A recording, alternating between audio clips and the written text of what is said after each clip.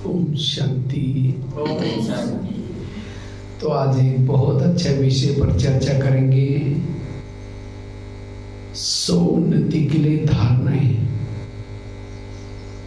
अगर हम वर्तमान समय प्रमाण अपनी स्वयं की उन्नति करना चाहते हैं तो उसके लिए क्या क्या धारणाएं करें, इसके बारे में चर्चा करेंगे। क्योंकि वर्तमान समय स्वयं की उन्नति करना बहुत जरूरी है, क्योंकि जितना हम स्वयं की उन्नति करते हैं भविष्य में आने वाले विकराल विनाश के समय अपनी स्थिति के द्वारा सेवा कर सकेंगे। तो स्वयं की स्थिति बनाने के लिए, स्वयं की उन्नति करने के लिए सबसे पहली बात है पर चिंतन की बातों से बचना। क्योंकि हमारी उन्नति में सबसे बड़ा विघ्न है पर चिंतन, एक दूसरे के दोष देखना, अवगुण देखना।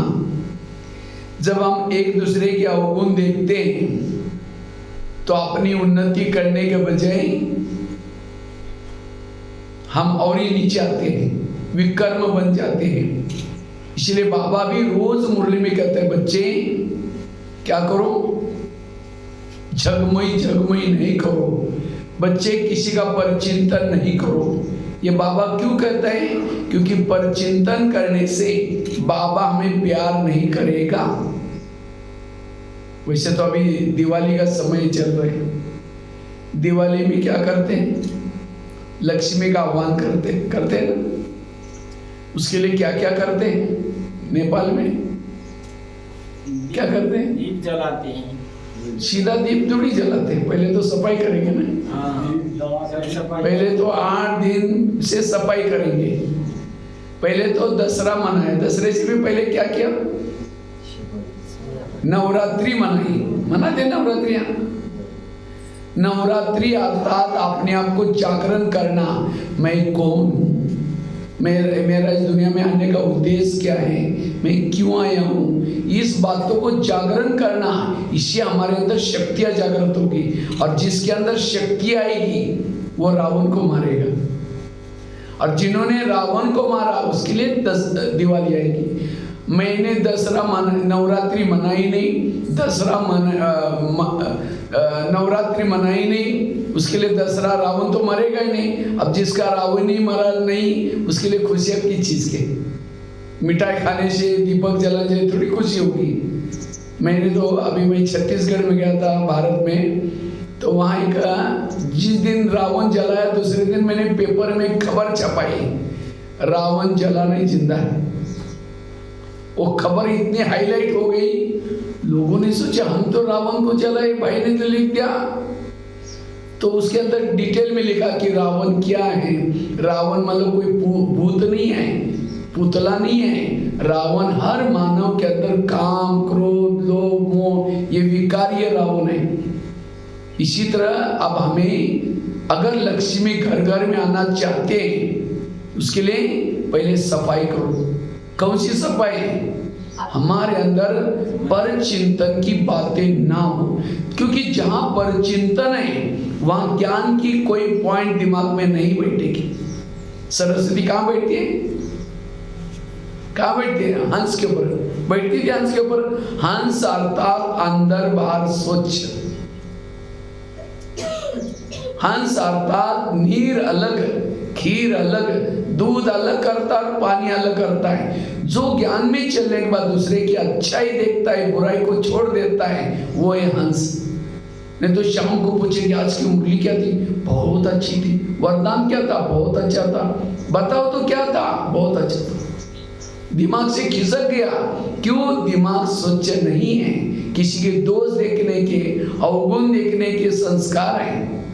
इसलिए अगर मुझे अपनी उन्नति करना चाहते, कभी भी किसी का परचिंतन नहीं करना। जो परचिंतन से मुक्त बनेगा, स्वच्छ बनेगा, उसके घर घर में लक्ष्मी आएगी, वो महान बनेगा।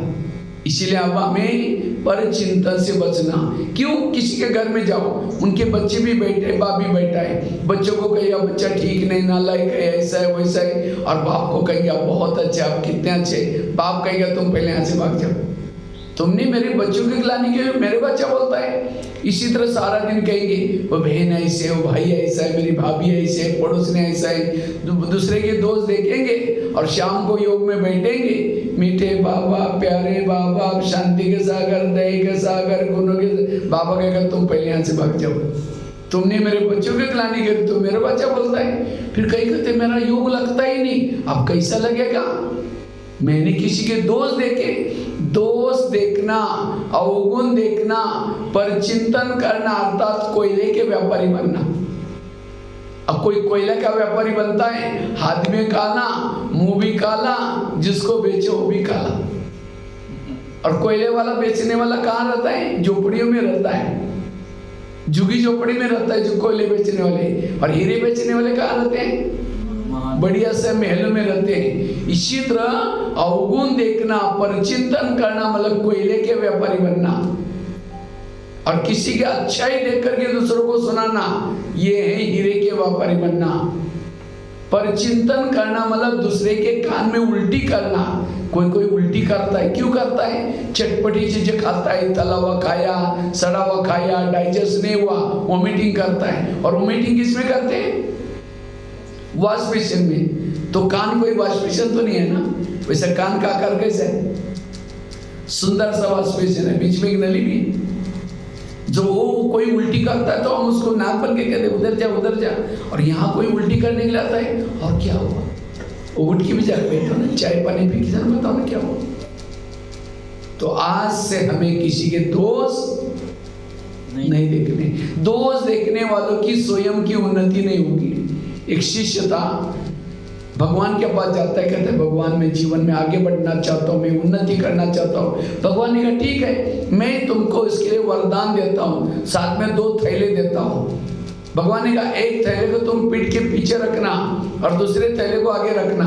और भगवान ने कहा जो पीठ के पीछे थैला है, तुम्हारे आस पास पड़ोस में जो भी लोग रहते, सभी के अंदर जो बुराई है उसकी चिटकी बनाकर मैंने डाली है। लेकिन भगवान ने कहा उस चिटकी को क्या करना, वो बुराई के थैले को क्या करना, पीछे रखना, और दूसरे की बुराई को थैले को पीछे रखना, और अपनी बुराई को थैले को आगे रखना, और पीछे वाले थैले को दूसरे की बुराई को बांध करके पीछे रखना, देखना नहीं, उसके बारे में सोचना नहीं। और अपनी बुराई का थैले को खुला रखना, बीच बीच में हाथ डालकर देखना कि मेरे अंदर क्या बुराई है, उसको परिवर्तन करना। बस इतना करो, तुम्हें सुख शांति मिलेगा। जाओ, वरदान दिया, वो चला गया। तो अचानक शिष्य को याद आता है, कुछ समय के बाद क्या करता है, पीछे का थैला आगे किया और आगे का थैला पीछे किया। मैंने अपनी बुराई को क्या किया, पीछे किया, और दूसरे की बुराई को आगे करके खोल दिया। फिर कहता अच्छा फलाना ऐसा है, वो ऐसा है, पर चिंतन करना शुरू किया, उसके वरदान उल्टे हो गए। फिर भगवान के पास जाता, कहता है भगवान मुझे सुख मिला ही नहीं, मुझे शांति मिली नहीं। भगवान ने कहा अच्छा मैंने तो तुमको थैले तो उसको कहाँ रखा? कहता है भगवान मेरे से बहुत बड़ी भूल की, मैंने कभी पीछे का थैला आगे किया था। भगवान ने कहा यही तुम्हारे दुखों का कारण है, ये कहानी किसी और की नहीं, ये कहानी हमारी अपनी है। हम यहाँ क्यों आते हैं? थोड़ा सुख मिल जाए, शांति मिल जाए। तो बाबा भी हमें वरदान देता है, साथ में 2 थैले देता है। कहता है बच्चे दूसरे की बुराई को कहाँ रखो, पीछे, और अपनी बुराई को कहाँ करो, आगे। लेकिन हम बाहर जाकर के क्या करते हैं, दूसरे की बुराई को क्या करते हैं, आगे करते हैं, और अपने बुराई को पीछे। यही हमारे दुखों का कारण है। इसलिए आज से हमें अगर अपनी उन्नति करना चाहते हैं, पर चिंतन की बातों से पीछे रखना। पक्का है? सभी हाथ आगे करके प्रतिज्ञा करेंगे। प्यारे बाबा, ये संगम युग चल रहे हैं, जोर से बोलेंगे। प्यारे बाबा, ये संगम युग चल रहे हैं। इस संगम युग में हम किसी के भी दोष नहीं देखेंगे, किसी के भी अवगुण नहीं देखेंगे, पर चिंतन से मुक्त रहेंगे, अपने दिल को स्वच्छ रखेंगे, किसी के प्रति भी निगेटिव बातें दिल में धारण नहीं करेंगे। ये स्वच्छता रखेंगे। चलो बहुत अच्छे, बस इसको ध्यान रखना, पर चिंतन से बचना। दूसरी क्या सफाई करनी है? हमें श्रीमत का पालन करना है। जो श्रीमत प्रमाण चलता है उसका योग लगता है, उसकी उन्नति होगी। तो आप लोग कितना परसेंटेज श्रीमत प्रमाण चलते होंगे? पुनर्वास वाला गाँव वाले है ना, गाँव नाम है पुनर्वास। पुनर्वास मतलब नया जन्म हो गया। तो कितना परसेंटेज बाबा के श्रीमत को फॉलो करते बताओ? बताओ भाई लोग, माता है नियम तो पता है ना? क्या क्या नियम है? अमृतवेला उठना, क्लास के पहले योग करना, रोज की मुरली सुनना, पवित्र रहना, भोजन शुद्ध खाना, ट्रैफिक कंट्रोल करना, ये सारे ब्राह्मणों के नियम है। तो इस नियमों को आप लोग कितना परसेंटेज फॉलो करते हैं? हर एक अलग अलग है, हर एक बताओ अपना अपना। हाँ, कितना करते हैं बताओ? हर एक 50, एक भाई ने कहा 50। अच्छा माता है बताओ? नहीं नहीं, वो परसेंटेज बता देना। अमृतवेला ये अपने टोटल आप 100 में से कितना मार्क आप अपने आप को देख सकते हैं? परीक्षा नजदीक आने वाली है ना? हाँ दे दो जल्दी जल्दी। 60%। अच्छा माता है कोई बोल ही नहीं रही। 50%। और एक तो बताओ, आजकल नियम किसको समझते हैं? अमृतवेला उठना, हर नियमों के 10-10 मार्क है। सारा दिन का 100 मार्क का पेपर होता है, तो रात को आपको फाइनल में बाबा मार्क देता, आज का इसने मार्क कितना मार्क लिया, और वो टोटल मार्क के फिर फाइनल में आपको मिलेंगे। आज कई समझो अमृतवेला के 10 मार्क है, उसके बाद मुरली के 10 मार्क है, उसके बाद भोजन के 10 मार्क है, पवित्रता के केवल 20 मार्क है। एक मनसा भाषा की पवित्रता और दूसरा स्थूल पवित्रता। समझो अमृतवेला उठे, आप कितना मार्क देंगे अपने को? 10। लेकिन 10 मार्क का भी बंटवारा होता है। आप बेड पर से उठे, उसके 5 मार्क मिले, लेकिन बाबा के रूम में जाकर के आंखें बंद करके बैठे, 5 मार्क गए। क्योंकि आप उठे तो सही, लेकिन उठ करके आंखें बंद करके बैठे, 2.5 मार्क के। आंखें तो बंद, आंखें भी खुली थी, लेकिन बुद्धि रूपी आंख उससे ऊपर गए नहीं, मन बुद्धि नीचे भटक रहे, 2.5 मार्क गए। केवल आप उठे थे, उसके 5 मार्क मिले थे, 5 मार्क। अच्छा मुरली सुनी, आप कितना मार्क देंगे? 10 मार्क देंगे। बड़े ध्यान से सुना, कैसे हम नियम का मार्क मिलते हैं। हम क्या मुरली सुनने के बाद हम कितने मार्क देंगे? 10। लेकिन नहीं, देखो मुरली के पहले आधा घंटा योग किया, उसके 5 मार्क मिले। मैं जब आया था देखा 1-2 ही बैठा था, मतलब सबके मार्क 5 तो गए। उसके बाद मुरली सुनने के केवल 1 मार्क है, मुरली को धारण करने के 4 मार्क है। तो हमारा हमका कितना मिलता है? 1 ही मिलता है, क्योंकि हम धारण भी नहीं करते, केवल सुन के चले जाते हैं, उस अनुसार चलते हैं नहीं। तो कितना मार्क मिला? 1, 5, 1, 6, 20 में से 6 मिले। और आपने कितने थे? 20 दे दी। इतना गहरा ज्ञान है, ऊपर से नहीं चलो। अच्छा भोजन आपने बाहर का नहीं खाया, घर का बना के खाया, बातें करते खाया, 5 मार्क गए। भोजन बातें करते बाबा ने थोड़ी बोला है। अच्छा जैसे कोई छोटा बच्चा है, मम्मी क्या कर रहे हैं, उसको एक गिट्टी खिलाते हैं, फिर खाते हैं, फिर कर। अब कोई मम्मी क्या करे, एक गिट्टी खिलाए, खुद ही खा रहे, बच्चा देखता रहता, अभी खिलाएगी बाद में खिलाओ, खुद ही खा रहे, बच्चा तो भूखा रह गया। इसी तरह हम योग में बैठते हैं, खाना खाते समय बैठते हैं, तो क्या करते हैं? बाबा को याद करते हैं, मतलब एक गिट्टी खिलाई, बाकी पूरा समय खुद ही खाना शुरू करते। बाबा तो गए ही उनसे। इसलिए इतनी सूक्ष्मता है मनसा वाचा की कम पवित्रता। बैच ने पहना मार्ग गया, यूनिफॉर्म में नहीं आए मार्ग गया। सूक्ष्मता जितनी, और ऊपर सबके कंप्यूटर लगे हुए हैं, जिसको जितना मार्क ज्यादा मिलेगा, ज्यादा नंबर, ज्यादा पद ऊंचा मिलता है। तो आपके हाथ के मार्क गए ना, इसलिए नियमों प्रमाण चलना। बाबा के दो प्रकार के बच्चे, एक कच्चे और दूसरा पक्के। तो आप कौन सी लिस्ट में आते हैं? पक्के। तो पक्के तो सारे नियम पालन कर रहे। पक्के जाते सतयुग में, कच्चे जाते त्रेता युग में। इसलिए पक्के बाबा के बच्चे बनो। ये नियम क्या है? जैसे कोई किसी को खांसी आ गई, वो डॉक्टर के पास जाता है और डॉक्टर को बोलता है डॉक्टर जी मुझे बहुत खांसी हो रही है। डॉक्टर कहता है दवाई ले लो, लेकिन दही वगैरह खट्टी चीजें मत खाना। और पेशेंट दवाई भी खा रहा है और दही खट्टी चीजें भी खा रहा है। क्या बीमारी ठीक होगी? खांसी ठीक होगी उसकी? होगी। इसी तरह ये नियम क्या है? हम यहाँ क्यों आते हैं? हमें विकारों की बीमारी लगी, काम की, क्रोध की, लोभ की, तो हम बाबा के पास आए इस बीमारी से मुक्त करो करके। बाबा कहते हैं बच्चे ये ज्ञान सुनो, योग करो और साथ में ये चीजें पालन करो। फैशन नहीं करो, कोई मोबाइल की गलत चीजें ना देखो, ये करो। लेकिन हम क्या करते हैं? दवाई तो लेते हैं, मुरली तो सुनते हैं, लेकिन वो पालन नहीं करते, तो बीमारी कैसे ठीक होगी? इसलिए नियम। और मुझे लगता है भक्ति से भी कम नियम है यहाँ। भक्ति में कितने नियम है? मुझे याद है हम लौकिक में जब थे, हमारी माता जी, हम खेती में रहते थे, लौकिक में खेती में रहते थे। और हमारे खेती में जितना हॉल है ना, इतना बड़ा हमारा कुआं है। हॉल जितना कुआं है, वहाँ खेती में बैल से पानी निकालते थे बचपन में हम लोग। तो आगे पीछे बैल को करके वो पानी निकालते थे और उसको नीचे उतारने के लिए सीढ़ियाँ भी है। और खेती में हम उसी कुएं में हम नहाते भी थे, अंदर जा करके तैरते थे उसके अंदर। तो सारे घर के लोग नहाते थे। तो हमारी माता जी भी नहा करके 1.5 किलोमीटर दूर मंदिर था।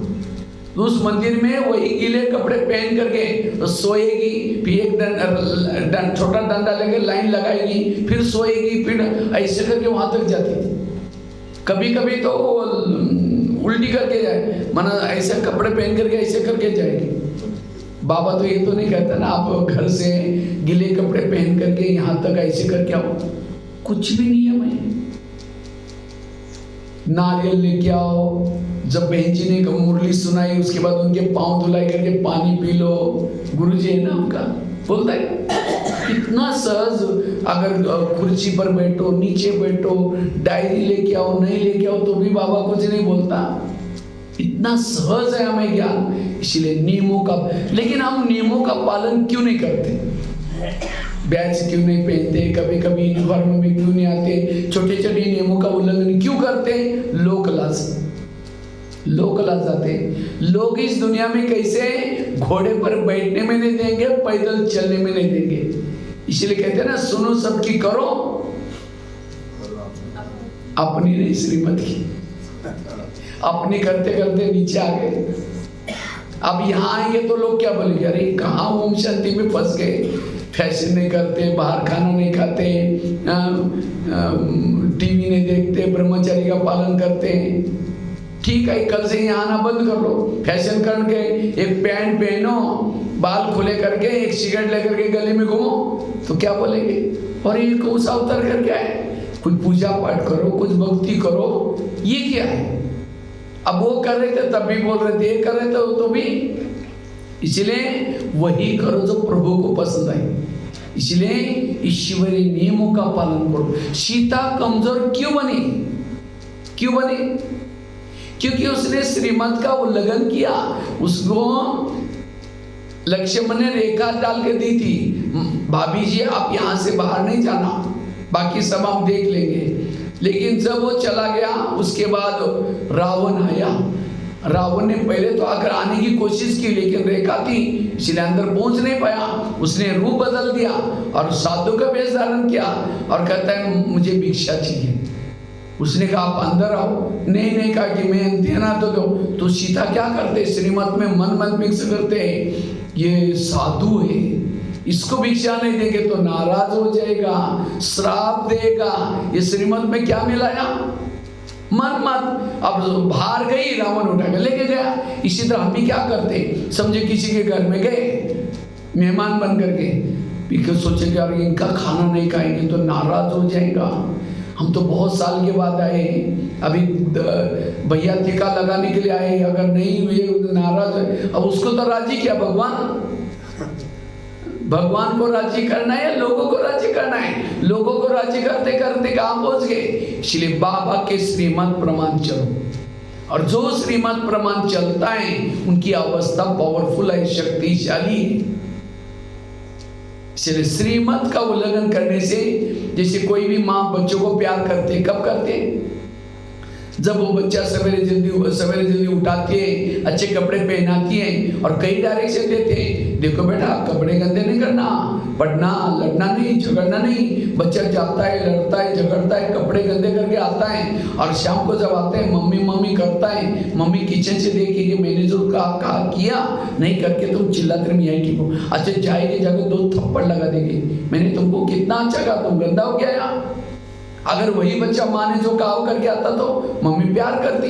इसी तरह बाबा भी हमारी मम्मी है, सवेरे जल्दी उठाती है, फरीसा ड्रेस पहनाती है और कई डायरेक्शन देते हैं। बच्चा आत्मा समझना, पर चिंतन नहीं करना, मेरी याद में रहना, हम बाहर जा करके सारा उल्टा करके आते हैं। शाम को जब आएंगे, जैसे बच्चे शाम को आता है मम्मी मम्मी करता है, हम शाम करके बाबा बाबा करेंगे। जैसे मम्मी किचन से देखते हैं, बाबा भी परम धाम के खिड़की से देखता है, मैंने जो उसको कहा वो करके आया न, कहेगा तुम चिल्लाकर नहीं आएगी। फिर कहते योग लगता ही नहीं, बाबा प्यार क्यों नहीं करता? मैंने नियमों का उल्लंघन किया। इसलिए आज हमें पक्का करना है कि मुझे ईश्वरीय नियमों का पालन करना है। बाबा कहते हैं माया मेरी बेटी है और तुम मेरे कौन हो? बच्चे हो। तो माया और हमारे रिश्ता क्या हो गया? फिर क्या रिश्ता हो गया? हाँ, भाई बहन। कोई बहन भाई को थप्पड़ मारते, कब मारते? जब वो भाई बहन का कहना, भाई उसके पिताजी का कहना नहीं मानता, बहन थप्पड़ मारते, भैया ज्यादा होशियारी करेंगे, मेरे पिताजी का नहीं मानते हो। तो माया बहन भी हमको थप्पड़ कब मारती है? जब हम बाबा का कहना नहीं मानते। इसलिए श्रीमत का पालन करना, ये दूसरी धारणा। पहली कौन सी बताई? आज से कभी परचिंतन नहीं करना, श्रीमत का पालन करना। तीसरी धारणा है आत्माभिमानी बनो। जितना आत्माभिमानी बनेंगे आपकी स्थिति अच्छी होगी, उन्नति होगी। जो देहभान में रहता है, देहभान में रहने से विकारों की जागृति होती है, काम क्रोध की जागृति होती है। इसलिए अगर अपनी उन्नति करना चाहते हो, जिस घर में लाइट नहीं है वहां क्या रहता है? भूत रहता है। भूत डरता है किसे? लाइट से डरता है। इसी तरह जिस शरीर में आत्मा का भान नहीं है, वह काम का भूत, क्रोध का भूत, लोभ का भूत, सारा उसका बंगला भूत बंगला बन जाता है। किस समय कौन सा भूत जागृत होता है, और जब विकार जागृत होते हैं उन्नति कैसी होगी? इसलिए अगर मुझे भूतों को भगाना है, आत्मा की लाइट जलाकर रखो। सीता के सामने जब रावण आता है, माची जलाकर रखते तिली, रावण उसको टच भी नहीं करता। इसी तरह हम रावण के राज्य में रहते हैं, रावण से बचना है, ये आत्मा की तिली जलाकर रखो, आत्म अभिमानी बनो। जैसे एक चुंबक है, बहुत बड़ा चुंबक है, चुंबक के सामने लोहे के टुकड़े डालो तो क्या हो जाएगा? लोहे के टुकड़े डालेंगे तो खींच लेगा। कब खींचेगा? अगर उसको लोहे के टुकड़ों को बहुत बड़े कपड़े के थान के अंदर लपेट करके डालो, खींचेगा? नहीं खींचेगा। इसी तरह जब हम देह बांध के कपड़े के अंदर लपेट करके बैठेंगे, बाबा को खींचेगा। इसलिए आत्म अभिमानी होकर के बैठो। बाबा के सामने जब भी बैठना है, आत्मा समझ करके बैठो। इसलिए रोज के मुरली में कौन सी लाइन आती है? बच्चे आत्मा समझो, आत्म अभिमानी बनो। ये आत्म अभिमानी बनने की धारणा स्वयं की उन्नति के लिए बहुत जरूरी है। हमारा जैसे कोई बिल्डिंग बनाई जाता है, जितना खर्चा नीचे होता है उतना खर्चा ऊपर। अब जिन्होंने फाउंडेशन में कंजूसी की, फाउंडेशन कच्चा रेत में डाल दिया, कच्चा पक्का पैसा बचाने के लिए डाल दिया, तो उसकी बिल्डिंग क्या हो जाएगी, आंधी तूफान आएगी, बिल्डिंग गिर जाएगी। इसी तरह 84 जन्मों की हमारी बिल्डिंग को मजबूत बनाना है तो क्या करना है, ये आत्म अभिमानी स्थिति का फाउंडेशन मजबूत बनाना है। इसलिए आत्म अभिमानी बनो, ये आत्म अभिमानी स्थिति बनाने की धारणा करनी है। बार बार मैं आत्मा हूं, मैं आत्मा हूं, मैं आत्मा देख रही हूं, इसका आत्मा का पाठ पक्का करो। आत्मा के स्वरूप में रहने वाला रात को सोए योग लगा रहेगा, रास्ते में चल रहे उसका योग लगा रहेगा। आत्म अभिमानी स्थिति वालों को किसी के भी दोष दिखाई नहीं पड़ते। आत्म अभिमानी स्थिति वालों के अंदर काम क्रोध कोई भी नहीं आएगा। विकार का सरदार है देह का भान, पहले देह भान आता है, सारे विकार अटैक करते हैं। राम रावण का युद्ध चलता है, राम रावण का एक सिर काटता है, कट जाता है, दोबारा जुड़ जाता है, फिर कट जाता है, फिर जुड़ जाता है। राम परेशान हो गया, विभीषण आता है, राम के कान में 2-4 बातें सुनाई, ये ऐसा नहीं मरेगा, उसके नाभि में तीर लगाओ, और जब नाभि में तीर लगा रावण मर गया। इसी तरह हम भी रावण को मारने में लगे, कोई 2 साल से, कोई 4 साल से, कोई 6 साल से, नहीं मर रहा है। क्यों? नाभि में तीर नहीं लगाया। और यहाँ तो मुझे लगता है नेपाल में दशहरा बड़े उमंग से मनाया जाता है, और दशहरे में बड़ा सा तिलक लगाया जाता है, बहुत बड़ा तिलक लगाते हैं। मैं तो करीबन 5-6 दशहरा मनाया है यहाँ, 5-6 बार दशहरे के समय यहाँ आता। वो क्या डालते हैं, वो जवान सबसे पहले 8 दिन तक वो बीज बोने का एक दिन होता है, बीज बोते, फिर उसको उसी समय खास प्रोग्राम करते हैं, वो बीज बोते हैं, उसको वो क्या बोलते हैं पता नहीं, नवरात्रि जब शुरुआत होती है ना, हाँ, तो बोलते हैं, फिर पानी देते रहते हैं, ये करते रहते हैं। तो वास्तव में परमात्मा आकर के हमारे ज्ञान में बीज डालता है, कौन से ज्ञान के बीज, और उसको स्मृति का पानी देता है, और फिर उसको कान में लगाना है। लोग कान में लगाते हैं, कान में बीज डाला, और तब शक्तियां जागृत होती है, और तब रावण मरता है। रावण को मारने के लिए आत्मिक स्थिति बड़ी चाहिए, इसलिए बड़ा तिलक लगाते हैं। और दिवाली भैया तीज में 7 कलर की तिलक लगाते हैं, भाई का अभी आने वाला है। 7 कलर, शांत स्वरूप, आनंद स्वरूप, शक्ति स्वरूप, सुख स्वरूप, आत्मा के जो 7 गुण है उसको कहते हैं, इस 7 कलर का सप्तरंगी तिलक लगाते ना। तो कौन सी सप्तरंगी का तिलक लगा दो, ये 7 गुणों का अभ्यास करना, ये है सप्तरंगी तिलक लगाना। 7 गुणों का अभ्यास करना, 7 गुणों का अभ्यास। मैं शांत स्वरूप हूं। 7 दिन के लिए, सप्ताह के जो 7 दिन है, सोमवार के दिन कौन सा अभ्यास करेंगे, मैं शांत स्वरूप हूं। मंगलवार के दिन मैं आनंद स्वरूप हूं। बुधवार के दिन शक्ति स्वरूप हूं। केवल दिवाली के दिन भैया तिल के लिए तिलक नहीं लगाना, लेकिन जब तक ब्राह्मण है ये 7 कलर का तिलक मिटना भी नहीं चाहिए, पक्का लगा दो इस बार, ठीक है। और जिस दिन कौन सा एक रोज का एक गुण को याद करो, मैं शांत स्वरूप। जितना शांत स्वरूप में रहेगी आत्मिक स्थिति रहेगी, और आत्मिक स्थिति में रहने से ही रावण मर जाएगा। दिवाली आएगी अर्थात खुशी के दिन आएंगे। आत्म अभिमानी बनने का अभ्यास, या आत्म अभिमानी की धारणा करनी है। बार बार मैं आत्मा हूं, मैं आत्मा, इसको देख रही हूं, मैं आत्मा, भ्रुकुटी में आत्मा को देख रहे, मैं आत्मा हूं। जैसे पहले लेसन में बाबा ने सुनाया, शरीर तुम्हारी गाड़ी है और आत्मा उसका क्या है, ड्राइवर है। तो गाड़ी का ड्राइवर क्या करता है, सारा दिन गाड़ी को घुमा करके रात को कहां सोता है, गाड़ी में सोता है, अपने घर में जाता है। इसी तरह हमें भी शरीर भी गाड़ी को सारा दिन घुमा फिरा करके रात को कहां लगाना है, गैरेज में। बेड है गैरेज, यहां लगा करके सोने के लिए कहां जाओ, ऊपर जाकर बाबा के पास सो जाओ।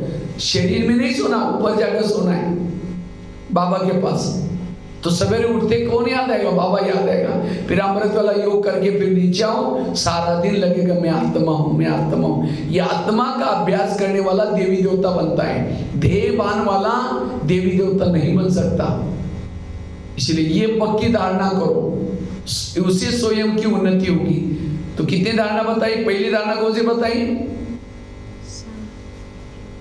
पर चिंतन से बचना। स्वयं की उन्नति करना है तो पर चिंतन से बचना। दूसरी बात कौन सी सुनाई? श्रीमत का पालन करना। तीसरी बात कौन सी सुनाई? आत्माभिमानी बनना। चौथी धारणा है, अगर स्वयं की उन्नति करना चाहते हैं उसके लिए योग विधि पूर्वक लगाना। और 3 बातें विशेष योग में, एक अमृत वेला का योग अच्छी तरह करना। तो अमृत वेला कौन कौन करता है? हाथ खड़ा करो।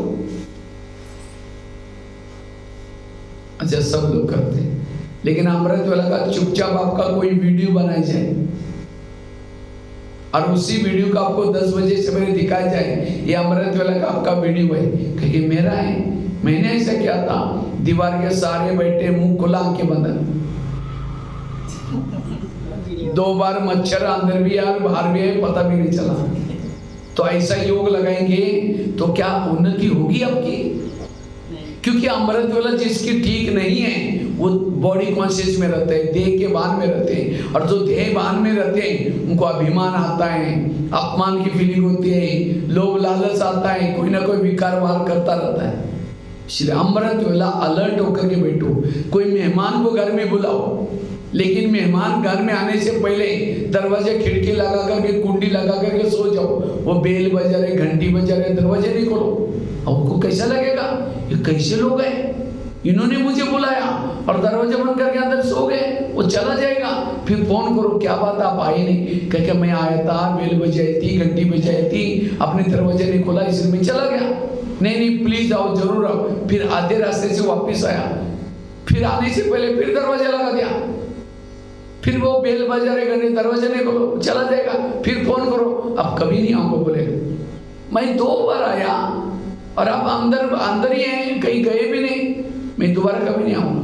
इसी तरह हम अमृत वेला उठेंगे, बाबा को निमंत्रण देंगे, मीठे बाबा, प्यारे बाबा आ जाओ, हम आपसे बातें करनी है।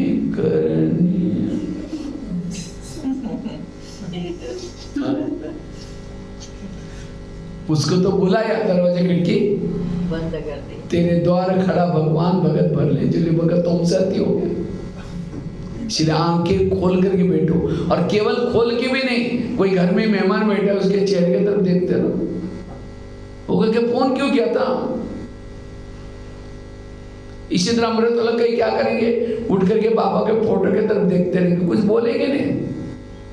फिर घड़ी में देखे, अब कब तक देखना, और 15 मिनट, फिर कहेंगे अच्छा और 5 मिनट देखना।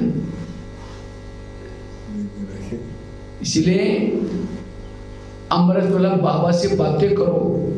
क्या बातें करो? बाबा ने मुझे क्या क्या उपकार किया, क्या क्या प्राप्ति हुई, क्या क्या ज्ञान मिला, उपकार को याद करो। बाबा ने कहा ना, आज अपने भाग्य को याद करो। जब भाग्य को याद करेंगे, प्राप्तियों को याद करेंगे, व्यर्थ भाग जाएगा।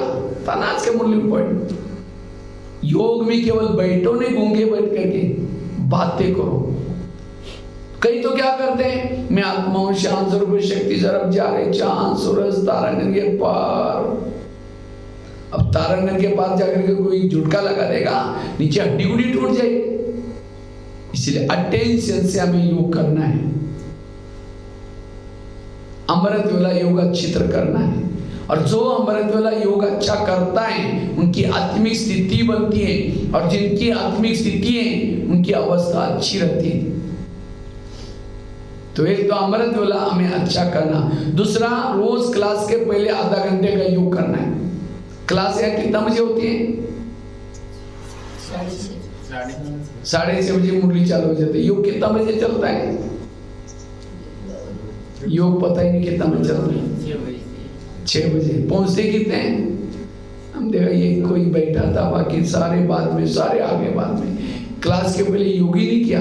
अब खेती में आप धान बोएंगे, चावल लगाएंगे, तो रुकी सूखी खेती में लगा के आ जाओ, उगेगा। तो चावल खेती में लगाने के लिए पहले क्या करते हैं? हल चला करके, पानी दे करके तैयार करते हैं, बाद में बोते हैं, तब उगेगा। इसी तरह हमें भी बुद्धिरूपी खेती में ज्ञान का बीज डालना है, पहले आधा घंटा योग करना है। बिना योग करके करेंगे कोई उगेगा नहीं। इसलिए जीवन में कोई परिवर्तन ही नहीं आ रहा है, खुशी भी नहीं हो रही। क्यों? योग नहीं करते। ये कोई महाराज जी के सत्संग नहीं, यहाँ आधा घंटे का योग बहुत जरूरी है। मुझे लगता है मुरली अगर सीधा सीधा पढ़ो, मुरली मुश्किल से आधा घंटा पौन घंटे में पूरी हो जाती है। सवेरे सवेरे एक अमृत वाला घंटे की मेहनत है, फिर आधा घंटा योग की यहाँ आकर के मेहनत है, और एक मुरली पौन घंटा सुनना है। इतना करो, कुछ करने की जरूरत नहीं, इतना ही पुरुषार्थ करो, बाकी सारा दिन आपका बहुत अच्छा जाएगा। जिन्होंने इन तीनों बातों में मेहनत नहीं किया, सारा दिन मेहनत करते हैं माया को भगाने की, माया जाती नहीं। इसलिए कल से क्या करेंगे फिर? बहनें तो कहाँ चली गई? बहनों को तो बुलाओ, क्लास में क्या क्या सुना रहे उनको ये दिखाई दो। सब बहनों को बुलाओ। नहीं बोले हम तो नाश्ता तो करने वाले हैं ही नहीं ना, हम तो फल खाने वाले हैं, तो नाश्ता बनाने की भी जरूरत नहीं हमको। उनको बुलाओ, बहनों को बोला क्लास में बैठो, तो हम लोग रेस लगाएंगे ना। आप लोग कल से कितना बजे आएंगे सभी? 6 बजे। क्योंकि बाबा ने इतना अच्छा भवन में आते ही देखा, इतना अच्छा भवन बना के दिया है, इतना कुछ राजे पढ़ने वाले अगर ऐसे पढ़ेंगे तो कैसा होगा बताओ? 1.5-2 घंटा अच्छी तरह मेहनत करो, पुरुषार्थ करो, क्योंकि अब विनाश की समय नजदीक आने वाला है। उस समय बाबा ने तो कहा है कि समुद्र की लहरें हिमालय को छूने के लिए जाने वाली। हिमालय कहाँ है? इधर है, समुद्र इधर है, ऊपर से जोर से आएगी और सबको लेके जाएगी वापस। कहीं क्यों नहीं आते? दुकान खोलना पड़ता है। दुकान खोलने में 1 घंटे में 500 रुपए कमाएंगे, लेकिन यहाँ नहीं आएंगे, कितना कमाएंगे? इसलिए उस दुकान से पहले ये दुकान खोल। दुकान वो तो एक ही दुकान है, यहाँ कितने कान है? 2 कान। इस 2 कान को खोलो। आज रसिया में आजकल चल रहा है ना, युद्ध चल रहा है कई जगह पर, कई देशों में युद्ध चल रहे हैं। उन्होंने रात भर कमाया था, वो कहाँ चला गया? एक मिसाइल गिर गया, वो शांति हो गया। ये सब यहाँ भी होने वाला है। इसलिए सावधान होकर के पढ़ाई करना है, अच्छी तरह पढ़ाई करना है। तो इसलिए हमें रोज क्लास के पहले क्या करना है? क्लास के पहले आधा घंटे का योग शुरू करो कल से, क्योंकि जितना सेंटर को योग युक्त तो वायुमंडल बनाएंगे, लोग खींचे हुए ही आएंगे। उनको बुलाने की जरूरत नहीं, अपने आप खींचे हुए आएंगे। इसलिए हर एक को आधा घंटा कल से क्या करना है। और मुझे लगता है बहनें भी आकर यहाँ बैठेंगे संदर्भ पर। और बिल्कुल, मैं तो कोई एक सेंटर पर गया था, उनके क्या नियम है पता है सेंटर के? वहाँ 6 बजे योग शुरू हो जाता है। 6 बजे के बाद दरवाजा बंद करते हो, बाहर का मेन दरवाजा। उसके बाद कोई भी इंटर नहीं आएगा। यहाँ तो कोई भी कैसा भी आ रहा है। हाँ, जैसे स्कूल में जब जाते थे ना, क्या बोलते थे? मे आई कमिंग सर। यहाँ तो कोई मे आई कमिंग नहीं, टीचर पहले आकर के बैठा है, कोई लेना देना नहीं। ये कैसे स्टूडेंट? ये भाई ने तो कान पकड़ने में लेट आ गया, इसलिए इनके लिए ताली बजाओ बुआ के लिए। कितना समझदार है देखो, उन्होंने कान पकड़ा, मेरा आधा क्लास तो मिस हो गया बाबा, है ना? संस्कार, बहुत ऊंचे संस्कार चाहिए। इसलिए हमें रोज क्लास के पहले आधा घंटा योग करना, क्योंकि पढ़ाई बहुत महत्व की है, बहुत काम की पढ़ाई है। तो आधा घंटा क्लास के पहले योग। 6 बजे आओ, 6 से 6:30 योग करो, और 6:30 से 7 बजे तक मुरली हो जाएगी। सीधी सीधी मुरली पढ़ो, 20-25 मिनट में पूरी हो जाती है। करेंगे कल से लेकर के शिवरात्रि तक, ठीक है? और जो 6 बजे से पहले आएगा फर्स्ट नंबर, उसको शिवरात्रि मनाते समय उनका सम्मान हो जाएगा। बहनें तो आई नहीं, देखो बहनों ने मुंह में गुस्सा नहीं तो कैसा होगा फिर? आई भी नहीं, देखो। चलो कोई बात नहीं, करेंगे आप लोग सभी जितने हैं। कमी है, लेकिन अगर आप लोगों में उमंग गुस्सा आएगा, सब कुछ ठीक हो जाएगा। मैं कोई ये ज्ञान सुना नहीं रहा हूं, लेकिन मैंने खुद जो पुरुषार्थ की अपनी स्थिति बनाने के लिए वो बातें आपको सुना रहा हूं। वर्तमान समय स्वयं की उन्नति करने के लिए बहुत जरूरी है। क्लास के पहले आधा घंटा योग, और उसके बाद मुरली कहाँ सुननी है? सेंटर पर। आजकल कईयों को ऑनलाइन में मुरली सुनने की माया लगी है। जो मुरली ऑनलाइन में सुनेंगे, उनकी पूजा भी ऑनलाइन से हो जाएगी, इसलिए यहाँ आकर के मुरली सुनना। जो यहाँ मुरली सुनते हैं वो सतयुग में जाएंगे, ऑनलाइन में सुनने वाले कहाँ जाएंगे? जैसे दिखाया जाता है कृष्ण बीच में मुरली बजा रहे हैं और गोपिका चारों तरफ से रास कर रहे हैं, और दूसरा क्या दिखाते हैं त्रेता युग वाला, सीता अकेली बैठी है, राम को याद भी कर रहे, रो भी रहे। जो ऑनलाइन में सुनती मुरली सुनते रो भी रहे, समस्या खत्म भी नहीं हो रहे, लेकिन मुरली तो सुनते रहते, वो सब त्रेता युग में चले जाएंगे। तो सतयुग में जाना है, त्रेता में जाना है? रोज मुरली यहाँ सुनना है। और साथ में एक तो अमृत वाला अच्छी करना है, क्लास के पहले योग करना है, और तीसरा मुरली। ये तीन चीजें करता है सवेरे सवेरे, उनकी स्वयं की उन्नति, उसको किसी के दोष दिखाई नहीं पड़ेंगे, सब अच्छे नजर आएंगे। एक दो महिलाएं थी, एक महिला रहती थी 2 मंजिल पर, दूसरी महिला रहती थी नीचे की मंजिल पर। तो 2 मंजिल वाली महिला रोज अपने घर की खिड़की से पड़ोसनी के छत पर देखती है, छत पर वो कपड़े सुखाते हैं, तो उसके कपड़े देख करके पति को बुलाती है, कहती इसको कोई अक्ल नहीं, कितने गंदे कपड़े, कितने मैले कपड़े, जाओ पूछ के आओ। पति कुछ नहीं बोलता, रोज बुला करके कहते जाओ पूछ के आओ, लेकिन पति कुछ नहीं बोलता। एक दिन जब उसने उसी खिड़की से देखा तो पड़ोसनी के कपड़े अच्छे दिखने लगे, फिर पति को बुलाया, कहते आज इसको कैसे अक्ल आ गई, कितना जादू लग गया, जाओ पूछ के आओ। पति धीरे से मुस्कुराता और कहता है आज सवेरे सवेरे मैंने अपने घर की खिड़की के कान साफ किया, शीशे साफ किया। समझ गए? अरे समझाई नहीं, टाली नहीं, बचे तो कैसा पता चला? कितनी गहरी बात बताई। रोज वो खिड़कियां रोज वो अच्छी से कपड़े सफाई करती थी, लेकिन उनको गंदे क्यों दिखते थे? उनकी खिड़कियां गंदी थी। इसी तरह जिस दिन सेंटर पर नहीं आएंगे, अमृत वाला योग नहीं करेंगे, मुरली नहीं सुनेंगे, मुरली के पहले योग नहीं करेंगे, आपकी बुद्धि रूपी खिड़की कैसे रहेगी? गंदी। और उसी गंदी खिड़की से जिसको भी देखेंगे सब गलत नजर आएंगे, कहते इसको सुधारना चाहिए, कितने गुस्से वाले हैं, ये ऐसी है वैसी है। गंदी वो नहीं, गंदी खुद है, क्योंकि हमने हमारी खिड़की गंदी है। जो जैसा देखता है वैसा। लाल चश्मा पहने दुनिया कैसी दिखाई पड़ेगी? लाल। हरा पहने तो कैसी दिखाई पड़ेगी? इसलिए अपनी खिड़की को रोज साफ करो। तो कौन कौन अपनी खिड़की साफ करता है? हाथ खड़ा करो। कई ऐसे ऐसे कर रहे, ऐसे ऐसे कर रहे। खिड़की मतलब घर की खिड़की की बात नहीं, कौन सी खिड़की? बुद्धि रूपी खिड़की साफ करो। नहीं तो अभी मैं पिछले साल विराटनगर में गया था, नेपाल में। तो विराटनगर में वहाँ 3 दिन की मेरी भट्टी थी। तो पहले दिन मैंने भट्टी में यही बात सुनाई, खिड़की साफ करने वाली। दूसरी दिन 2-4 माताएं क्लास में आई नहीं, तीसरी दिन आई। बहनों ने कहा कल क्यों नहीं आए थे? कहा कि परसों भैया ने कहा खिड़कियां साफ करो। कल हम सारा दिन खिड़कियां साफ करने में लगे थे, इसलिए नहीं आए। मैंने कोई घर की खिड़की नहीं खोली। कभी कभी हम ज्ञान को भी उल्टा कर लेते हैं। एक भाई ज्ञान में चलता था 1 साल से, तो होटल में गया तो समोसा मंगाए, 1 किलो समोसा जानते हैं ना, वो मैदे को बेल करके आलू का मसाला बना करके बनते हैं और तलते हैं, उसको समोसा कहते हैं। तो 1 किलो समोसा मंगाया, मैदे का छिलका ऊपर का फेंक रहे और मसाला खा रहे हैं। तो मैनेजर देखता रहा, ये मैदे का छिलका फेंक रहा और मसाला खा रहे हैं। तो मैनेजर ने पूरा तो मैदा पसंद नहीं करते? कहता पसंद तो करता हूँ, लेकिन आजकल मैं ब्रह्मा कुमारी आश्रम में जाता हूँ, उन्होंने कहा कि बाहर का नहीं खाना, इसलिए बाहर का निकाल करके मैं अंदर का खा रहा हूँ। बाहर का ना खाना मतलब दूसरे के हाथ का बना हुआ ना खाना। इसलिए होटल पर बोर्ड लिखा है, क्या लिखा है? होटल। हो सके तो यहाँ से टल मतलब निकल जा। कभी कभी हम ज्ञान को उल्टा करते।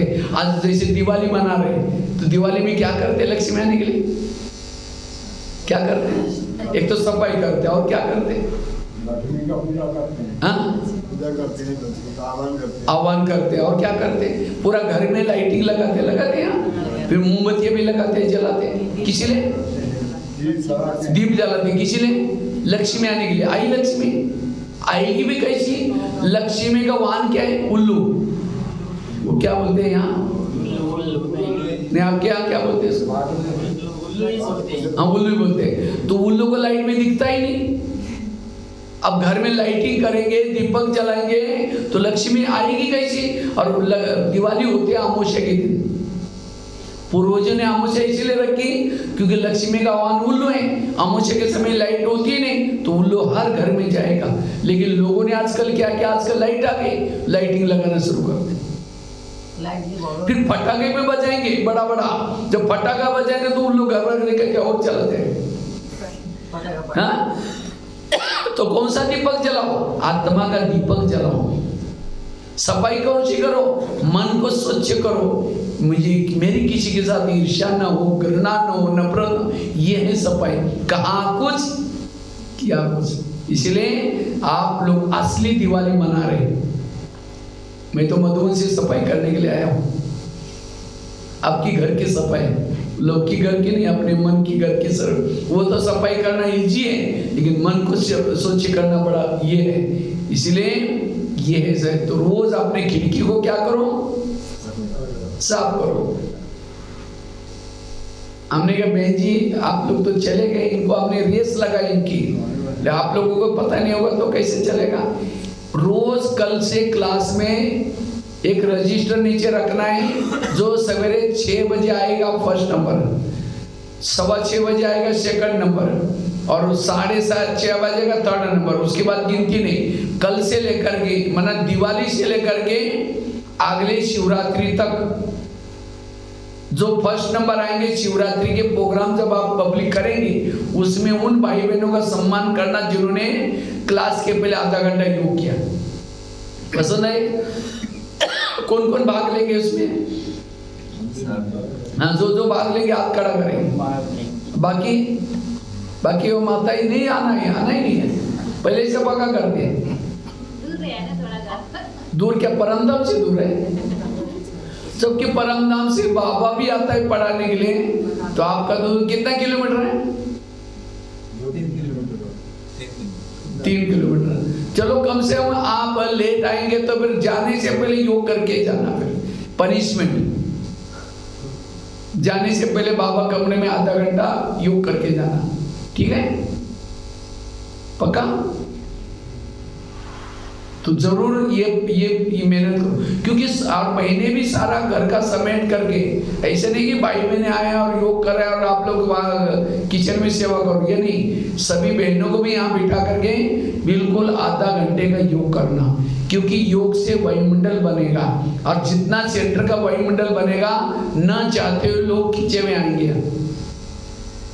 आज मधुबन के तरफ क्यों खींचते हैं? मधुबन का वायुमंडल अच्छा बना है, योग युक्त तो वायुमंडल चाहिए अब। लेकिन कई क्या करते हैं, मुरली के योग में भी ऐसे नहीं बैठना। नहीं तो कई बार क्या होता है, समझो कोई माता योग लगाने के लिए आ रहे, आते थे रास्ते में देखा कि बहुत अच्छा सब्जी वाला जा रहे, सब्जी लेकर के, फिर सोचेंगे चलो शाम को इसकी सब्जी बनाएंगे।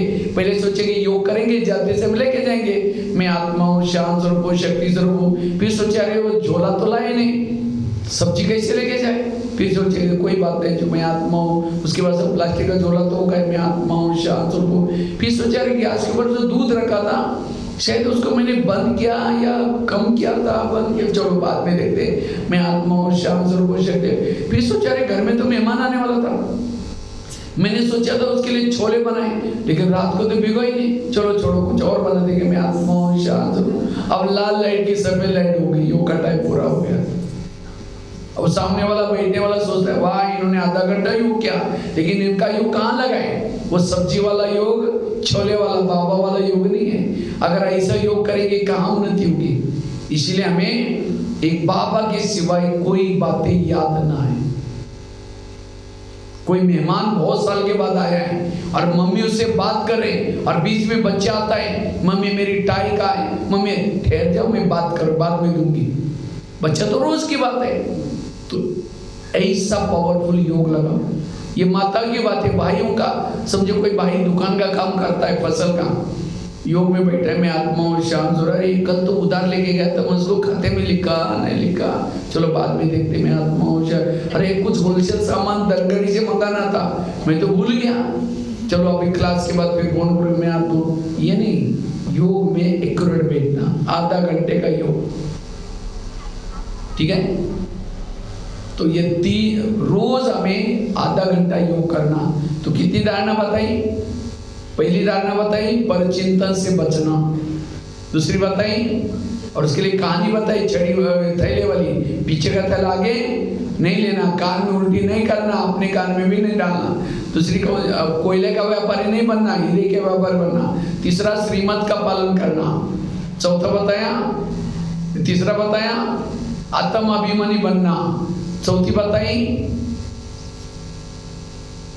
3 चीजें करना, अमृतवेला का योग, क्लास के पहले योग, और तीसरा मुरली। मुरली कहाँ सुनना है? सेंटर पर आकर के, ऑनलाइन वाली नहीं सुनना। ऑनलाइन में सुनने वाला पूजा भी ऑनलाइन से हो जाएगी, और आजकल ऑनलाइन में भी माया घुसी है।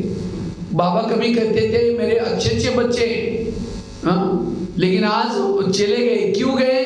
क्योंकि ऑनलाइन में मुरली सुनने के चक्कर में चले गए। और आजकल कई ऐसे ऐसे ग्रुप बने, मेरे में बाबा आ गए, तेरे में बाप की भावना खराब हो जाएगी। इसीलिए रोज बाबा ने सिस्टम बनाया, यहाँ आओ, यहाँ सुन के जाओ। एक भील था एकलव्य, गुरु द्रोणाचार्य के पास गया, कहता मुझे नंबर 1 चाहिए। कहा कि तुम्हारा गुरु कौन है?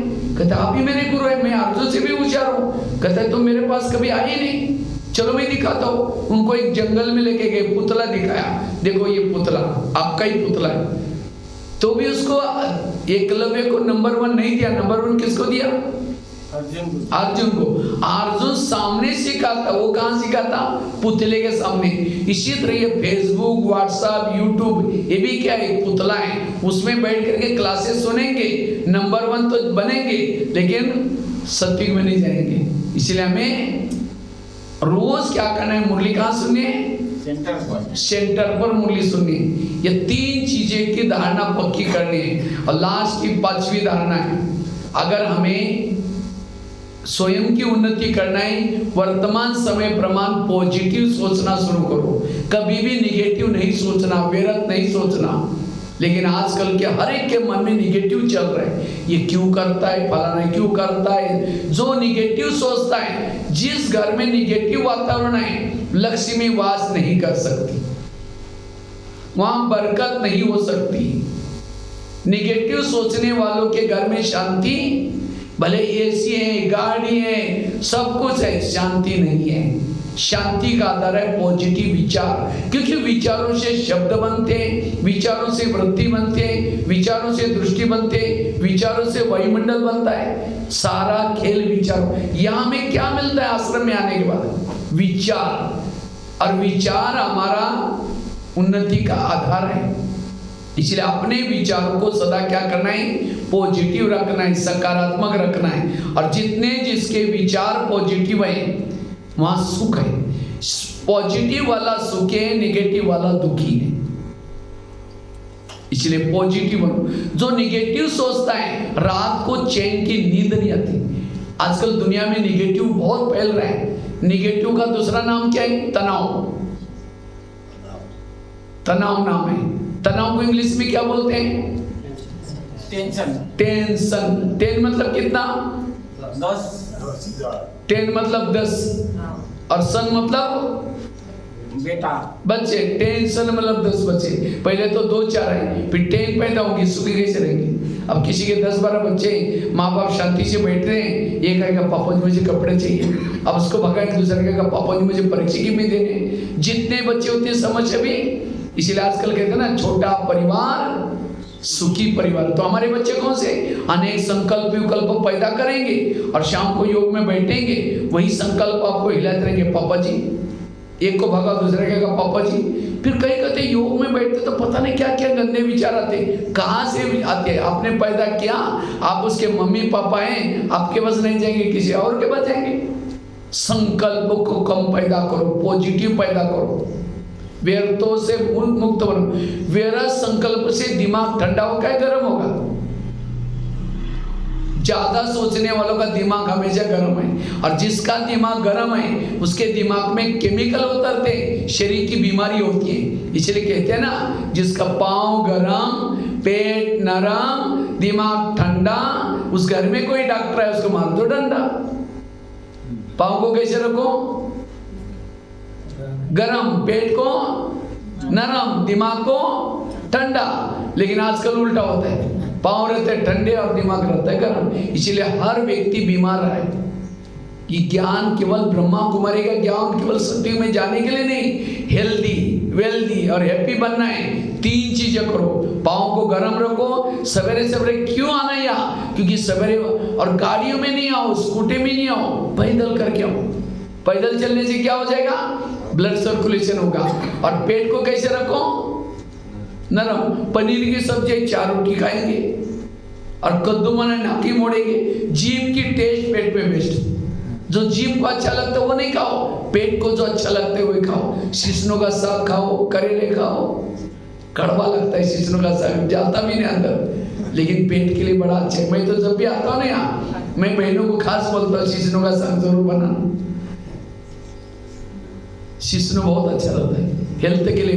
पहाड़ियों में ज्यादा मिलते हैं, यहाँ पता नहीं मिलता होगा, यहाँ नहीं, कम नहीं मिलता है। जब पहाड़ियों में हम ज्यादा शिशनो ढोडो क्या ढेड़ो, हमने तो कोदो की रोटी खाते हैं। तो लेकिन आज का व्यक्ति जीभ की टेस्ट में ज्यादा जाता है। जीभ की टेस्ट पेट में बेस्ट। जीभ 2 मिनट में नीचे करेगी, संभलना तो पेट को पड़ता है। और दिमाग को कैसे रखो, ठंडा। लेकिन आजकल दिमाग हर एक का गर्म रहता है। आज 70% शरीर की बीमारी होती है निगेटिव से। आज किसी को पेट की बीमारी होती है, ईर्ष्या करने वालों को पेट की बीमारी होती है। इसीलिए कहते हैं ना, तुम मेरे को देख करके तुम्हारे पेट में जलन होता है क्या। आज किसी को दूर का कम दिखता है, दूसरे की बुराई को आंखें फाड़ फाड़ के देखता है। जो आंखें फाड़ता है, बड़ी बड़ी करता है, आंखों की पुतली फैलती है। फिर डॉक्टर के पास जाएंगे, कहेंगे डॉक्टर जी मुझे आजकल धुंधला दिखता है। डॉक्टर कहेंगे आपको चश्मा लगाना पड़ेगा। चश्मा तो लगाया, फिर भी बुराई देखना नहीं छोड़ेगा, नंबर बढ़ता ही जाएगा। आज किसी को नजदीक नहीं दिखता, नजदीक का उसको नहीं दिखता जो अपने दोस्त को कभी नहीं देखता, उसको नजदीक का दिखना बंद होता है। आज किसी को अस्थमा होता है, दमा, कोई भी बातों को पेट में दबा कर रखेंगे, दमे का प्रॉब्लम। क्या हुआ, कुछ नहीं हुआ, बताओ, नहीं कुछ नहीं हुआ बहुत कुछ है, दबा कर रखेंगे, दमे का प्रॉब्लम। आज किसी को स्पॉन्डिलाइट होता है, सर्वाइकल। रास्ते में जा रहे सब्जी लाने के लिए जा रहे मार्केट में, वो क्या करती है, वो क्या करता है, इधर उधर देखने वालों को स्पॉन्डिलाइट होता है। फिर डॉक्टर के पास जाएंगे, डॉक्टर जी मेरे गले में अकड़न हो रहे, तो डॉक्टर चेक करता है, कहता आपको स्पॉन्डिलाइट हुआ। तो डॉक्टर एक बड़ा सा पट्टा लगाता है। जब पट्टा लगेगा 6 महीना ना इधर घूमेगा ना इधर देखेगा, सीधा देखते चलना पड़ेगा। तो शरीर की बीमारी क्यों होती है, जिसका मन बीमार उसका तन बीमार। आज आपके इस पुनर्वास में बहुत सारे हॉस्पिटल होंगे, 2-4 तो, लेकिन मन को ठीक करने वाला कोई हॉस्पिटल बनाया नहीं। ये ब्रह्मा कुमारी का केंद्र मन को ठीक करने वाला हॉस्पिटल है। ताली तो बजाओ। एक समय आएगा सारे लोग यहाँ भागे हुए आएंगे, क्योंकि मन की जब तक बीमारी ठीक नहीं होगी तब तक पहला मन बीमार होता है। ईर्ष्या आएगी, घृणा आएगी, नफरत आएगी, मन बीमार होता है। और जिसका मन बीमार उसका तन बीमार होता है। आज ब्रह्मा कुमारी में किसी को बुलाओ तो क्या कहते हैं, बहन जी हमको टाइम नहीं है, दुकान खोलना पड़ता है, ये करना पड़ता है, चलो यहाँ नहीं आएगा। कोई ना कोई मन की बीमारी होगी, तनाव आएगा, टेंशन आएगा, गुस्सा करेगा, कोई गलत काम होगा, जेल की सजा होगी, जेल में बैठने का टाइम है, यहाँ नहीं आएगा। कोई गलत काम होगा, कोर्ट कचहरी में जाना पड़ेगा, वहां जाने का टाइम है, यहाँ नहीं आएगा। कोई गलत काम होगा, पुलिस स्टेशन जाना पड़ेगा, वहां जाने का टाइम है, यहाँ नहीं आएगा। बीमार पड़ेगा, हॉस्पिटल में जाने का टाइम है। ब्रह्मा कुमारी में आओ, कहीं भी जाने की जरूरत नहीं पड़ेगी। हॉस्पिटल में पैसा देंगे, पुलिस वालों को पैसा भरेंगे, वही पैसा ला करके भंडारे में डालो, वर्तमान भी अच्छा, भविष्य भी अच्छा। वो डॉक्टर को देने से कहेगा नहीं डॉक्टर अब 21 जन्म आराम से खाना हो जाएगा। बीमारियां बढ़ती जा रही, इसलिए रोज हमें यहाँ टाइम निकाल करके आना। इसलिए हमें रोज, और उस दवाई के साथ और साइड इफेक्ट हो जाएंगे, लेकिन ब्रह्मा कुमारी का जो टैबलेट है, क्या टैबलेट है, जो हुआ अच्छा हुआ, ड्रामा अनुसार वाह करते रहो। कितने अच्छी रोज ज्ञान के 1-1 पॉइंट टैबलेट्स हैं। ये टैबलेट खाने से कोई ये नहीं होगा। आजकल डॉक्टर तो ये भी कहते हैं खुश रहो। खुश होने के लिए लोग क्या करते हैं, लाफिंग क्लब में जाते हैं, हाथ ऊपर करते हैं, हाँ करेंगे, घर में आते पत्नी का मुंह देखते चेहरा डाउन हो गया उसका। आजकल डॉक्टर ये भी कहते हैं अगर हेल्थ को अच्छी रखने कड़वी चीजें खाना पसंद करो। कड़वे मतलब करेली वो कड़वी बात नहीं, कड़वी अर्थात कोई किसी ने अपमान किया डाइजेस्ट करो, निंदा की डाइजेस्ट करो। वो कौन डाइजेस्ट कर सकता है, जो ज्ञान में चलता है। इसीलिए रोज ही हमें, तो मैं खुद निगेटिव या पॉजिटिव। आज किसी को शुगर होते है, शुगर क्यों होते हैं? शुगर कोई मीठा खाने से नहीं होती। शुगर का कारण निगेटिव चिंतन, टेंशन। क्या टेंशन? मैं इसकी सास हूँ, मैं इसका पति हूँ, मैं इस घर का मालिक हूँ, मेरा कोई नहीं मानता, मैं इसकी माँ हूँ, इसको मैंने पढ़ाया लिखाया, छोटे से बड़ा किया, जब इसकी शादी भी अपनी पत्नी का मानता है, मुझे नहीं पूछता। ऐसे टेंशन से शुगर होगी। और जिसको शुगर होगी क्या करते हैं, मीठा खाना बंद करते, टेंशन में आना बंद नहीं करेंगे। बच्चे ने एक गिलास गिराया, इतना गुस्सा करेंगे, तेरे को अक्ल नहीं, तुम कमा के लो तो पता चलेगा। गिलास था 10 रुपए का, गुस्सा करेंगे, हार्ट में प्रॉब्लम आएगा, 10 लाख रुपए का ऑपरेशन करना पड़ेगा। गिलास कितना रुपए का था? 10 रुपए का, और गुस्सा करने से 10 लाख चला गया। इसीलिए गिलास भी टूटा, क्या बोलो, कोई बात नहीं बेटा दूसरा लेंगे। मैं तो 12,000 स्कूलों में कार्यक्रम दिया हूँ, पूरा भारत और नेपाल में। नेपाल में तो 70 जिले में गया हूँ। यहाँ कोई बैठा है यहाँ 70 जिले में जाने वाला? कोई नहीं हूँ। देखो नेपाल के होते भी आप 70 जिले में नहीं गए, हम तो भारत के होते भी 70 जिले में गए हूँ। चाहे बेनी, बागलुंग, जिरी, चरीकोट, दादिंग, धारके, गजुरी, सोलोकोंबो, ओकलडोंगा, इधर धारचूला, रोलपा, रुकुम, सारा याद भी है पक्का कौन से जगह कहाँ गए। धनगढ़ी में तो तीसरी बार आया है, महेंद्र नगर में तो 4-5 बार आया हूँ, इधर जनापुर वगैरह सब इधर। तो जब मैं स्कूल में बच्चे सामने बैठते हैं, बच्चों को पूछता, बच्चे ये बताओ इसमें से गुस्सा किसको आता है? झूठ बोले कौवा काटे, लगभग 95% बच्चे हाथ खड़े करते हैं, सर हमको गुस्सा आता है। तो सामने टीचर बैठते, मैंने कहा सर आप लोगों ने कोई गुस्से पर कंट्रोल करने का लेसन नहीं सीखा? सर कहते हमको भी गुस्सा आता है। आजकल स्कूलों में सारे लेसन कम करके ये विकार पर कैसे जीत प्राप्त करना, यही सिखाने की जरूरत है। परमात्मा को ये विद्यालय खोलना क्यों पड़ा? क्योंकि वो विद्यालय केवल पेट भरने का विद्यालय है और यहाँ संस्कार दिए जाते हैं। आजकल की माताएं बच्चों से परेशान है, क्यों? बच्चा मोबाइल के बिना रहता ही नहीं, हाँ है, मोबाइल देखता रहता है। मैं कहता हूँ गुरु कौन है? माँ तो उसकी गुरु है। हमारे भारत में महाराष्ट्र में एक शिवाजी पैदा हुआ। शिवाजी नाम सुना होगा, शिवाजी महाराज। वो शिवाजी महाराज क्यों पैदा हुआ? जब शिवाजी महाराज की आत्मा जब गर्भ में थी, उसकी माँ क्या करती थी? अच्छे ग्रंथ पढ़ती थी, साहित्य पढ़ती थी, दान पट्टा चलाती थी, तलवार चलाती थी। वो संस्कार बच्चे के ऊपर पड़ गए। और आजकल की माँ जब बच्चा गर्भ में है, व्हाट्सएप चलाते हैं, यूट्यूब चलाते हैं, फेसबुक देखते हैं, गुस्सा करते हैं, फैशन करते हैं, वो सारे संस्कार बच्चे के ऊपर पड़े। और बाहर आने के बाद सारा सीख गया। वो कहाँ से सीखा? मम्मी ने संस्कार दे दिया, गर्भ संस्कार। इसलिए बच्चों को केवल जन्म देना ये नहीं, उसको संस्कार देना भी जरूरी है। इसलिए पहले माँ बाप को यहाँ करके अच्छा बनने की जरूरत है। इसलिए पॉजिटिव बनना, सकारात्मक बनना, बीमारियों से मुक्त बनेंगे। तो मैं खुद निगेटिव या पॉजिटिव कैसा पता चलेगा? सामने से कोई आ रहे हैं, उसको देखते आप रास्ता काट रहे हैं, उसको देखना पसंद नहीं करते, आप निगेटिव है। कोई आपके पति की महिमा करता है, अरे तुम्हारा पति तो बड़ा अच्छा है, हाँ? तेरे को क्या पता, तुमने दूर से देखा है, वो क्या है मैं जानती हूँ। पति के महिमा नहीं सुन रहे, आप निगेटिव है। कोई आपके सास की महिमा करता है, अरे तुम्हारे सास तो बड़ी अच्छे, हाँ? तेरे को क्या पता वो क्या है मैं जानती हूँ, निगेटिव है। निगेटिव वाला दुखी है। इसलिए पॉजिटिव बनने का संकल्प। तो आज ये 5 प्रतिज्ञा फिर से लेंगे, सब हाथ आगे करेंगे। प्यारे बाबा, इस दिवाली के अवसर पर मुझे जीवन में सुखी बनना है। मेरे घर में लक्ष्मी आने के लिए मैं आज से पर चिंतन कभी नहीं करूंगा, सदा श्रीमत का पालन करूंगा। सदा आत्म अभिमानी स्थिति का अभ्यास करूंगा, निरंतर योग युक्त रहूंगा और कभी भी निगेटिव नहीं सोचूंगा, कभी भी व्यर्थ संकल्प नहीं चलाऊंगा, व्यर्थ संकल्प चला करके वायुमंडल को खराब नहीं करूंगा। ठीक है, ये 5 प्रतिज्ञा करो, यही आपकी सच्ची दिवाली। ऐसी दिवाली की और दसरे की, भाई ठीक है कि आप सभी को मुबारक। ओम शांति।